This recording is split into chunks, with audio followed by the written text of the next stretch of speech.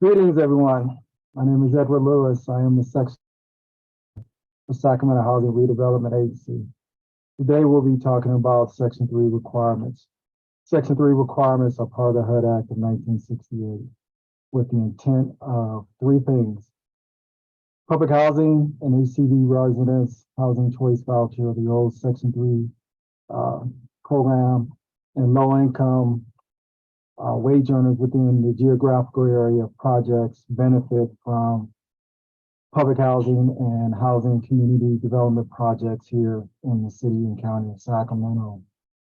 As of July 1, 2021, the Section 3 rules have changed. Now the requirement in regards to labor hours, 25% of labor hours.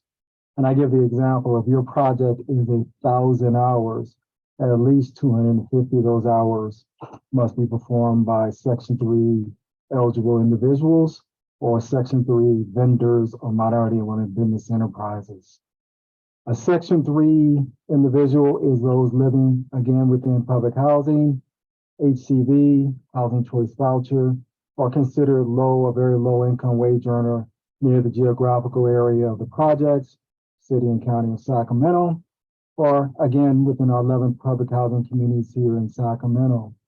Additionally, for Section 3 vendors or businesses, they are considered those businesses where at least 51% of the business is owned and operated by public housing or HCV residents, or if 75% of the labor hours performed by that business are performed by Section 3 eligible individuals. Again, public housing, HCV, youth build, in which youth build is transitional age program that targeted those that are the age of 16 to 24 years of age. Sacramento Job Corps is a good example. Or low income, based on HUD's income limits. Additionally, those workers that you may have with your agency or your company or your firm that may be considered low income, live in public housing, live in HCV, may be considered Section 3 also if they're working directly or indirectly on the project. So one of the goals is to ensure that we meet those Section 3 hours, those 25%. Again, if your project is 1,000 hours, of at least 25% of that be performed by Section 3 individuals. And if you have subcontracting opportunities, it's not per subcontractor, it's the total project, 250 hours out of that 1,000 hours to meet those 25 hours percentage, 25% labor hours on the project. Part of the role of the agency or Sacramento Housing Redevelopment Agency is to ensure that you're completing all the Section 3 forms.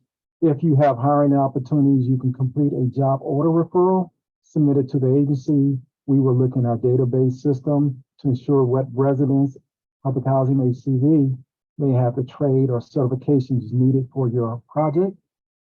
But additionally, we highly recommend that you utilize our Workforce Investment Board agency, which is the Sacramento Employment Trading Agency, SETA.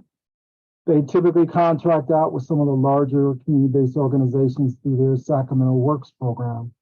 Those agencies, for example, Greater Sacramento Urban League, La Familia Community Counseling Center, / their Maple Center, Asian Resource Inc., they all have workforce economic training programs that typically work with our same population, low income, public housing, HCV, or youth build, but also the Sacramento Job Corps Center, excellent resource in regards to transitional age youth that's being trained up in specific trades that you may utilize for as construction. For those individuals that you may hire onto the project, we ask that you have them complete a self-certification certification form that you submit and eComply. eComply is a third-party platform we use for certified payroll, as procurement team spoke about earlier. Any assistance you may need with hiring and outreach or engagement, the SHRA staff will be readily able to assist you. We wish you luck on your project if you're awarded the project. And again, don't hesitate to contact SHRA staff to get additional information on how to complete Section 3 documents or how to and where to submit the quarterly summary reports. And also keep in mind that we use the data that you submit and e-comply in regards to Section 3 for our annual reporting to HUD and our quarterly reporting to our executive director. So good luck on your bid submittal for this project. Take care.